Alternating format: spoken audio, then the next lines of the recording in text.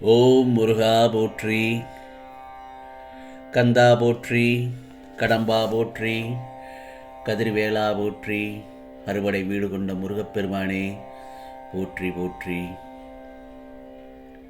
என் செல்லமே, என் செல்ல குழந்தையே,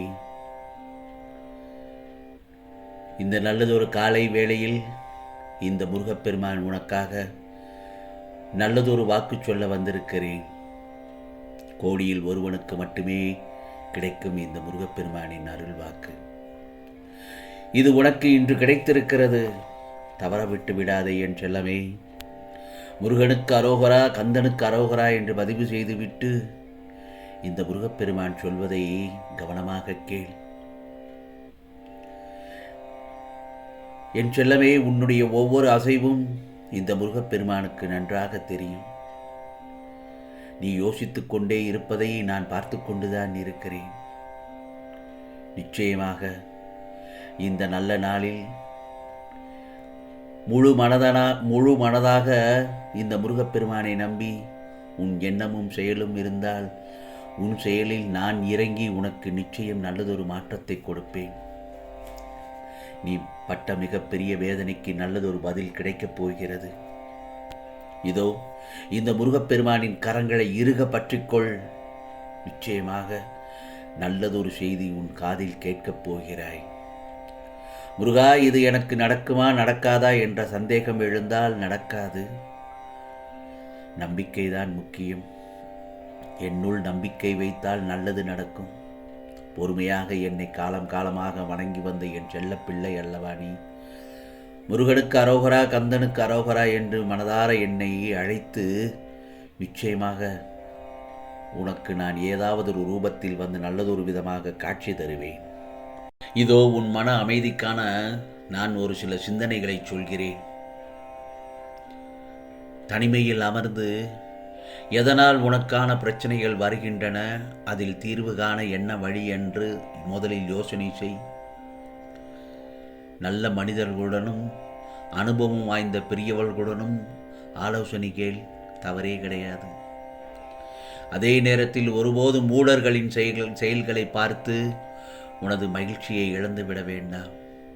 நல்ல மனிதர்களின் அனுபவ அறிவு நிறைந்தவர்கள் நட்பை இழந்து விட வேண்டாம் என் செல்லமே. என் செல்லமே, உன் மனதை எது பாதித்தாலும் அதை தொலைவில் வைத்துவிடு, நினைவில் கொண்டு வர வேண்டாம். உன் வீட்டில் இருப்பவர்களுடனும் நண்பர்களுடனும் பேசுவதற்கு நேரம் ஒதுக்குவதைப் போல நிச்சயமாக இந்த முருகப்பெருமானுடன் பேசுவதற்கு சற்று நேரம் ஒதுக்கு. அந்த நேரத்தில் இடையூறு செய்யும் எதுவானாலும் ஒதுக்கித்தள்ளு. ஆம் செல்லமே, இக்காரணத்தை கொண்டும் பாவம் செய்யும் ஒருவரை பார்க்க வேண்டாம். உன் மனதில் கூட பாவ எண்ணங்களை வர அனுமதிக்க வேண்டாம். உனக்கான நிம்மதியை யாருக்காகவும் இழக்காதே. நடப்பவை அனைத்தும் நன்மைக்கே என திடமாக நம்பு. ஒருவேளை மனதிற்கு பிடிக்காத சம்பவம் வந்தால் அது உன்னிடத்தில் நிரந்தரமாக விடைபெற்று செல்வதற்காக வந்தது என்று மகிழ்ந்து நிரந்தரமாக விடை கொடுத்து அனுப்பு என் செல்லமே. நான் இன்னொன்றையும் சொல்கிறேன். உன்னால் முடிந்தவரை ஏதோ ஒரு நாள் ஆதரவற்றோர் இருக்கும் இடத்திற்கு சென்று அல்லது முதியோர் இல்லம் சென்று உன்னால் முடிந்த உதவியை செய். அது உனக்கு நல்லதொரு புண்ணியத்தை தேடித்தரும். உடல் ஊனமுற்றோர் வேலை செய்யும் பொழுதும், கண் பார்வையற்றோர் அகர்பத்தி விற்கும் பொழுதும் இறைவன் உன்னை பூமியில் எந்தவிதமான குறையுமின்றி படைத்ததற்காக நன்றி சொல். அதே நேரத்தில் தினமும் ஏதாவது ஒன்றை கற்றுக்கொள்ள முயற்சி செய். நேரத்தை விரயம் செய்யும் எதையும் அனுமதிக்காதே. நேரத்தில் உறங்கி நேரத்தில் எழுவதற்கு கற்றுக்கொள் என் செல்லமே. உன்னை பார்ப்பவருக்கு உற்சாகம் வரும் அளவு உனது தோற்றம் இருக்க வேண்டும். ஒரு செயலை ஆரம்பிக்கும் முன் முடிவை தெரிந்து கொள். இதன் விளைவு எதில் கொண்டு சேர்க்கும் என ஆராய்.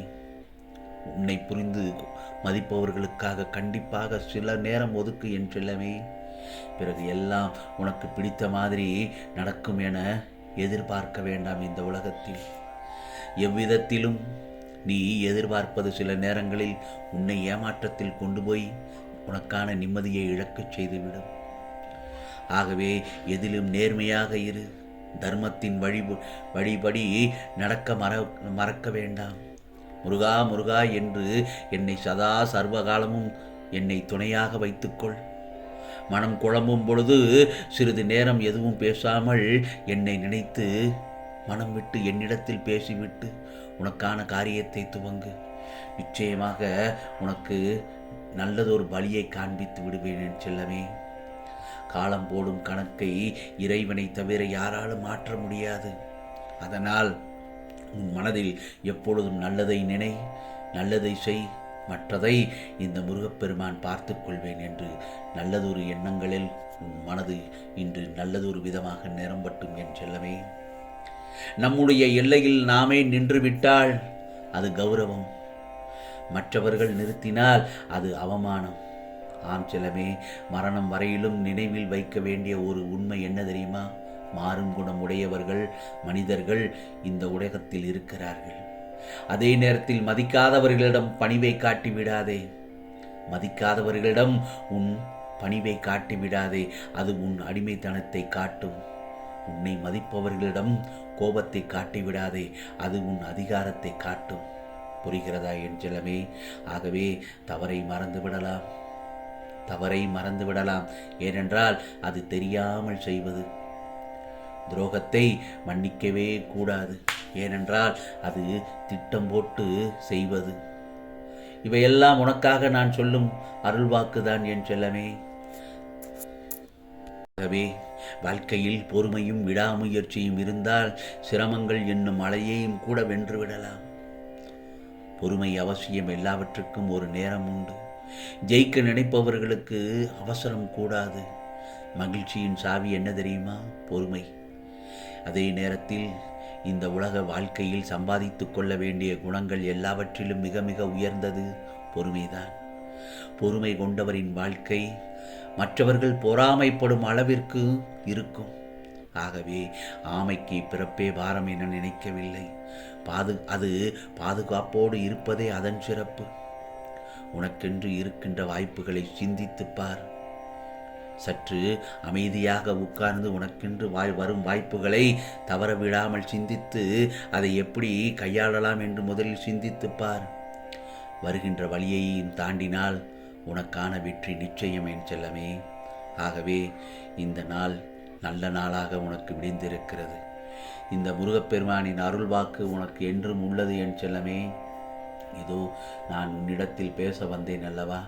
நிச்சயமாக கோடியில் ஒருவருக்கு மட்டுமே தான் இந்த அதிர்ஷ்டம், இந்த முருகனின் அருள்வாக்கு கிடைக்கும். ஆம், இன்று உனக்கு கிடைத்திருக்கிறது. நிச்சயமாக உனக்கானதெல்லாம் நல்லது நடக்கும். நல்லது மட்டுமே நடக்கும். அதுவும் நன்மையாகவே இருக்கும்.